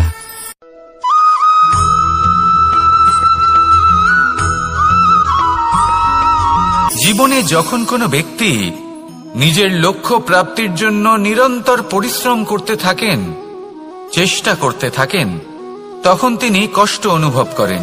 কখনো শারীরিক কষ্ট, কখনো মানসিক কষ্ট। এবার উনি এটা ভাবতে থাকেন যে আমি কি উচিত করছি নাকি অনুচিত করছি। কারণ অন্যদিকে এমন একজন ব্যক্তিও আছেন যিনি একদমই পরিশ্রম, চেষ্টা করছেন না। তিনি মদিরা পান করেন, বিলাসিতায় জীবন কাটান, অলস প্রকৃতির হয়ে ওঠেন, নিদ্রাতে বিলীন হয়ে থাকেন আর ভাবেন যে তিনি সুখ লাভ করছেন। কিন্তু এরকম কেন হয়? কারণ যখন আমরা সৎ পথে থাকি, উচিত পথে চলি, লক্ষ্য প্রাপ্ত করার জন্য চেষ্টা করতে থাকি, তখন আমাদের ভেতরে থাকা নেতিবাচক শক্তি এবং পাপ এই দেহকে ত্যাগ করে দেয়। আর এই অনুভূতিটাই আমাদের দুঃখের অনুভূতি দেয়, কষ্ট দেয়। এবার সেখানে যদি আমরা কুপথে চলি, অনুচিত পথে চলতে থাকি, তাহলে আমাদের ভেতরে থাকা পুণ্য এবং ধনাত্মক শক্তি আমাদের দেহ ত্যাগ করে দেয়। আর এই অনুভূতির কারণেই আমরা সুখ অনুভব করি। কিন্তু কখনো ভাববেন যে এই সুখ বেশি সময় পর্যন্ত থাকে না। সেই জন্য সবসময় মনে রাখবেন, যদি আপনি জানেন যে এটাই আপনার লক্ষ্য, এটাই উচিত পথ, শুভ পথ, তাতে নিরন্তরভাবে এগিয়ে যেতে চেষ্টা করতে থাকুন।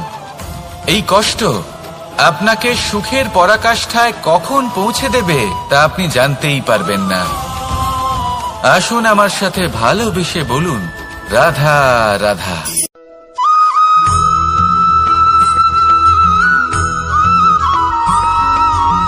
প্রতিনিধি ওই বৃক্ষের পাতাকেই মনে করা হতো। সব প্রশংসা ওই পাতাকেই করা হতো। যেখানে চোখের আড়ালে থাকা সেই জল মাটির নিচে থেকে নিঃস্বার্থভাবে নিজের কাজ করে যেত, সেই বৃক্ষকে শক্তি প্রদান করত। কয়েকদিন পরে সেই পাতার অহংকার হতে শুরু করল। সে ভাবতে শুরু করল যে আমিই হলাম এই জলের অস্তিত্ব, আমি আছি সেই কারণেই এই জলের কথা স্মরণ করা হয়। আর কিছুদিন পরে সেই বৃক্ষ সেই জল শোষণ করা বন্ধ করে দিল এবং সর্বপ্রথম মৃত্যু হলো সেই পাতার।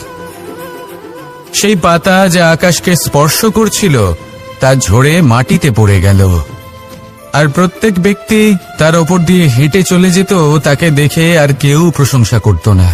সেই জন্য জীবনে কখনো অহংকার করবেন না, বিশেষ করে তাদের কখনো অহংকার প্রদর্শন করবেন না যাদের কারণে আপনি সাফল্য লাভ করেছেন, যারা আপনার জীবনের আধার। চিরকাল তাদের প্রতি কৃতজ্ঞ থাকুন, তাদের সাথে সম্পর্ক বজায় রাখুন, তাদের সাহায্য করুন, আর আমার সাথে ভালোবেসে বলুন, রাধা রাধা।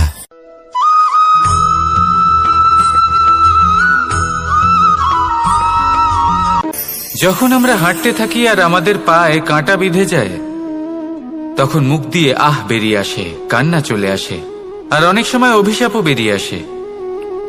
কিন্তু আমরা কি কখনো এটা এইভাবে দেখেছি, এইভাবে ভেবেছি যে আমরা যে পথে চলেছি সেই পথে কাঁটা বিঁধেছে, নাকি আমরা সেই পথ নির্বাচন করেছি যাতে শুধুই কাঁটা রয়েছে? নাকি আমরা এভাবে ভেবে দেখেছি যে এই কাঁটা আমাদের কষ্ট দিতে এসেছে, নাকি এটা আমরাই বিছিয়ে রেখেছিলাম? সাবধান থাকা উচিত ছিল, কারণ কাঁটা বিঁধলে যন্ত্রণা হবে, চিৎকার করে ফেলতে পারি, মুখ থেকে অভিশাপও বেরিয়ে আসতে পারে। কিন্তু এই অভিশাপ শুধুমাত্র আমাদের তরফ থেকে অভিশাপ হয়, সামনের ব্যক্তিটির ওপরও নির্ভর করে। এবার সেই ব্যক্তি যদি এমন হয় যে ফুল আর কাঁটা এই দুই সমানভাবে গ্রহণ করতে পারে, তার কাছে অভিশাপও বরদানে পরিণত হয়। শেষ পর্যন্ত ব্যাপারটা দাঁড়ায় ভাবনা, চিন্তা, দৃষ্টিভঙ্গির ওপর। কারণ আপনার এই ভাবনাই সত্যি হয়ে সামনে আসে। সেই জন্য এই ভাবনা, চিন্তা, মানসিকতাকে গুরুত্ব সহকারে দেখবেন। এই বিবেচনা নিয়ে বিবেচনা করতে শিখুন। আমার কথার অর্থ হলো যে জীবনে যখন এরকম কিছু একটা ঘটবে, তখন ভেবে দেখুন যে এরকম কেন হলো। আপনি কি এমন কোনো কর্ম করেছিলেন যার কর্মফল এটা? এমন কোনো কাজ যা অনুচিত ছিল, অসত্য ছিল, যা অভদ্রতার কারণ ছিল? ভেবে দেখা প্রয়োজন। দেখুন, ইচ্ছে হলো আপনার যে আপনি কি করতে চান, ভাবনা আপনার, সত্য আপনার, জীবন আপনার, সিদ্ধান্ত আপনার। আসুন আর আমার সাথে ভালোবেসে বলুন, রাধা রাধা।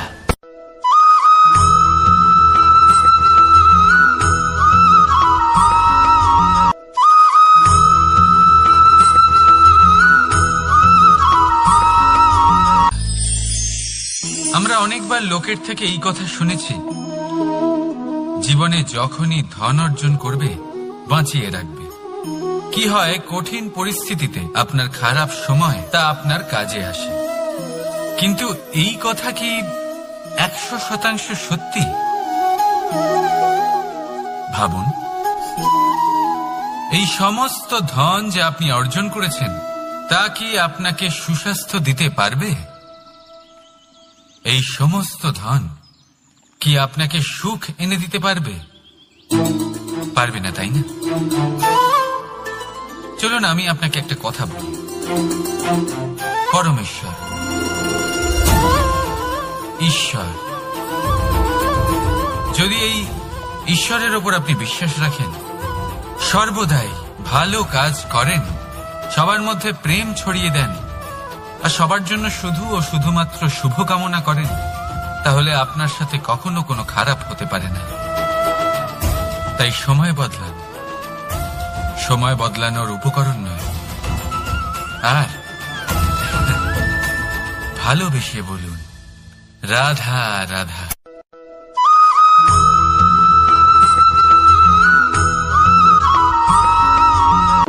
কর্ম এবং ফল দেখতে গেলে এই সমস্ত ব্রহ্মাণ্ড এই দুইয়ের মাঝেই স্থির হয়ে আছে। মানুষজন কর্ম করেন ভালো ফল লাভের আশায়, আর ভালো ফল লাভের আশায় উনি এটাই ভুলে যান যে উনি যে কর্ম করছেন তা কি করছেন।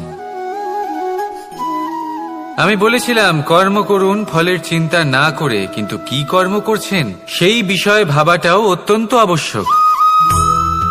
নয়তো অনেক সময় আমরা এমন কর্ম করে ফেলি যা না চাইতেও বিষে পরিণত হয়, যা হয়েছে দুঃশাসনের সাথে, দুর্যোধনের সাথে, গুরু দ্রোণের সাথে। একজনের মানসিকতা উচিত ছিল না, একজনের বিবেক উচিত ছিল না, আরেকজন যে পক্ষ নির্বাচন করেছিলেন সেই পক্ষ উচিত ছিল না। আর যা কিছু ওনাদের সাথে হলো, আপনার আমাদের সকলের সাথে তা হতে পারে। আমি বলেছিলাম কর্ম করুন, ফলের চিন্তা করবেন না, কিন্তু এই কর্মের বিষয়ে বিচার করে দেখাটাও ততটাই আবশ্যক।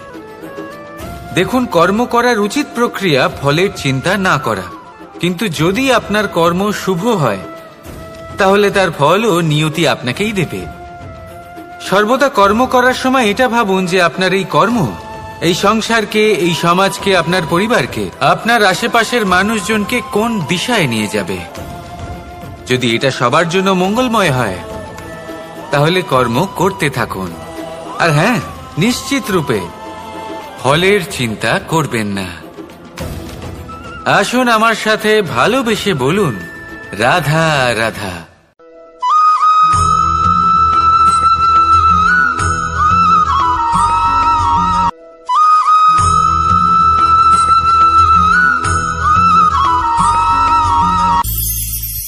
ভবিষ্যৎ। সংসারে এমন কোন ব্যক্তি আছেন যিনি নিজের ভবিষ্যতের বিষয় ভাবেন না? যে কেউ ভাবেন আমার ভবিষ্যৎ কিছু এরকম হবে, আমি ভবিষ্যতে এরকম কিছু একটা করব, এই সুবিধা থাকবে, এই আনন্দ পাবো, ইত্যাদি ইত্যাদি। কিন্তু সত্যি বলি, ভবিষ্যতের থেকে বড় ভণ্ড আর কেউ নেই। ভবিষ্যৎ আপনাকে ছেড়ে চলে যাবে, আপনি জানতেও পারবেন না। ভবিষ্যৎ আপনার থেকে আপনার বর্তমান কেড়ে নেবে। অনেক সময় আমরা ভবিষ্যতের বিষয় ভাবতে থাকি, দুশ্চিন্তা করতে থাকি, ভবিষ্যৎ দিয়ে নিজেকে এতটাই ঘিরে ফেলি যে বর্তমান কি তা ভুলেই যাই, তার বোধই আমাদের থাকে না। ভাবুন, ভবিষ্যৎ কি? ভবিষ্যৎ হলো সেটাই যা এখনো পর্যন্ত ঘটেনি। বর্তমান হলো সেটা যা এখন ঘটছে। তাহলে যা এখনো ঘটেইনি তার বিষয়ে দুশ্চিন্তা করে নিজেকে ব্যতিব্যস্ত কেন করছেন? এই বর্তমান, এটাই হলো গুরুত্বপূর্ণ। এর উপরে সমস্ত ভাবনা কেন্দ্রীভূত করুন। মনে লক্ষ্য অবশ্যই রাখুন, কিন্তু পুরো মনোযোগ শুধু বর্তমানে থাকবে। এই বর্তমানকে যদি সামলে নিতে পারেন তাহলে আপনার ভবিষ্যৎ এমনি উজ্জ্বল হয়ে উঠবে। তাহলে আসুন আমার সাথে ভালোবেসে বলুন, রাধা রাধা।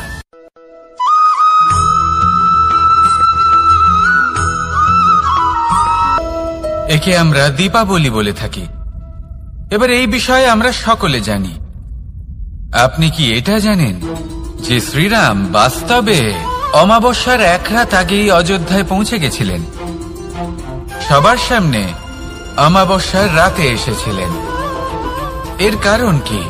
শ্রীরাম প্রমাণ করতে চেয়েছিলেন যে যে কোনো সময়, দিন হোক বা রাত, শুভ বা অশুভ হয় না।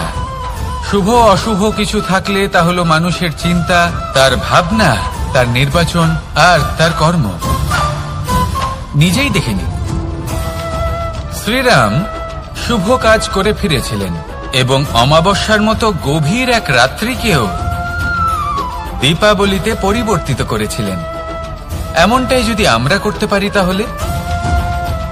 এমন কোন গৃহে যান যেখানে অসহায় ব্যক্তি রয়েছেন, যা অন্ধকারাচ্ছন্ন, আর সেখানে প্রকাশ প্রজ্বলিত করুন।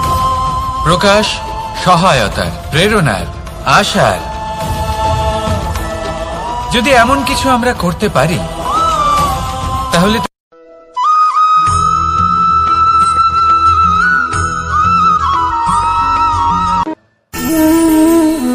সঞ্চয়।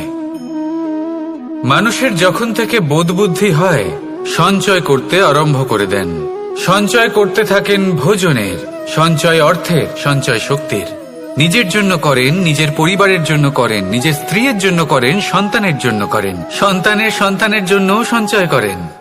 সঞ্চয় করার জন্য ওনার কাছে অনেক কারণ রয়েছে, কারণ উনি এটা ভাবেন যে এই সঞ্চিত শক্তির জন্য কেউ ওনার কোনো ক্ষতি করতে পারবে না। মানুষ ভুলে যান একটা গুরুত্বপূর্ণ কথা, এই সত্য, উনি এই সংসারে খালি হাতেই এসেছিলেন, আর এখান থেকে ওনাকে খালি হাতেই যেতে হবে। যা এখানকার তা এখানেই থেকে যাবে। আর যদি কিছু ওনার সাথে যায় তা হলো ওনার কর্ম, আর কিচ্ছু নয়। তাই যদি কিছু অর্জন করতে চান তাহলে শুভ কর্ম অর্জন করুন, আত্মশক্তি অর্জন করুন, কারণ পরলোকে এটাই হবে আপনার সম্পত্তি। তাহলে কি এটা আপনি অর্জন করতে চান না? আসুন আর আমার সাথে ভালোবেসে বলুন, রাধা রাধা।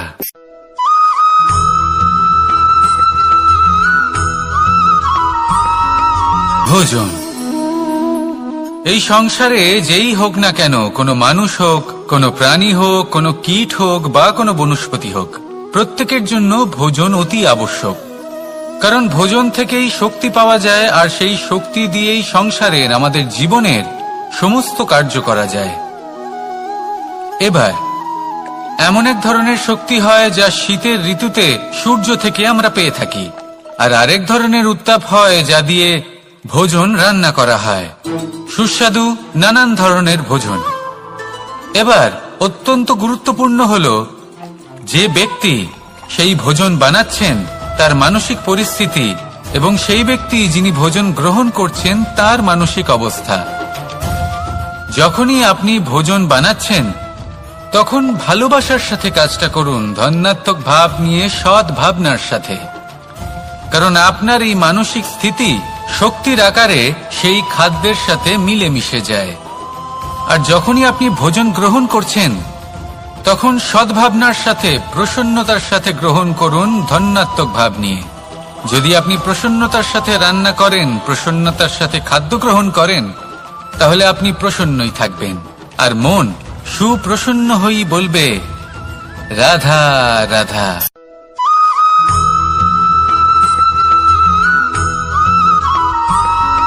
বটবৃক্ষের বীজ সর্ষের দানার থেকেও ছোট হয়, কিন্তু যখন তা নিজের রূপ ধারণ করে তখন তা বিশাল বৃক্ষের আকার ধারণ করে, যা সহস্র বছর ধরে বেঁচে থাকে, ছায়া প্রদান করে, পাখিদের আশ্রয় প্রদান করে, আর দেয় পথচারীদের বিশ্রাম করার স্থান। কেন? কারণ সেই ছোট বীজ তা মাটির ভেতরে গিয়ে নিজের খোলস ত্যাগ করে, অন্ধকারে থাকে সে। যতই আলো আসুক না কেন, যতই বর্ষা আসুক না কেন, সব সহ্য করে, আর তারপরে একটা চারা গাছ অঙ্কুরিত হয়, তারপর ধীর গতিতে একটা বিশাল বৃক্ষতে পরিণত হয়। দেখুন, জীবনে কঠিন সময় আসে, এই জন্য নয় যে আপনি হার মেনে নেবেন, এই জন্য আসে যাতে আপনি ভবিষ্যৎ নির্মাণের জন্য নিজেকে তৈরি করতে পারেন।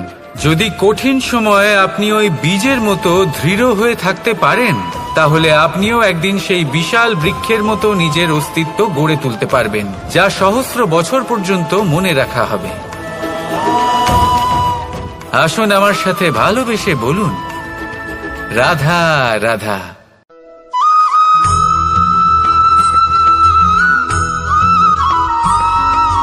আমি মনুষ্য রূপে জন্ম নিয়েছি এবং সমস্ত কর্ম এই রূপেই করেছি, কিন্তু আশ্চর্যের বিষয় হলো, তাহলে এটা আপনাকে আরো বেশি দুঃখের গভীর অন্ধকারে ঠেলে দেবে। সেখানে শক্তি পরীক্ষা নেয় আপনার বিনম্রতার। যদি আপনি বিনম্র না হন, তাহলে হয় এই শক্তি আপনার সঙ্গ ত্যাগ করবে, নয় এই শক্তি বিনম্রতার অভাবে আপনার পতনের কারণ হতে পারে। এই সংসারে যে কোনো ব্যক্তি যিনি এই পরীক্ষায় উত্তীর্ণ হয়ে থাকেন, এই জীবনে তিনি সাফল্য লাভ করেন। আসুন আমার সাথে ভালোবেসে বলুন, রাধা রাধা।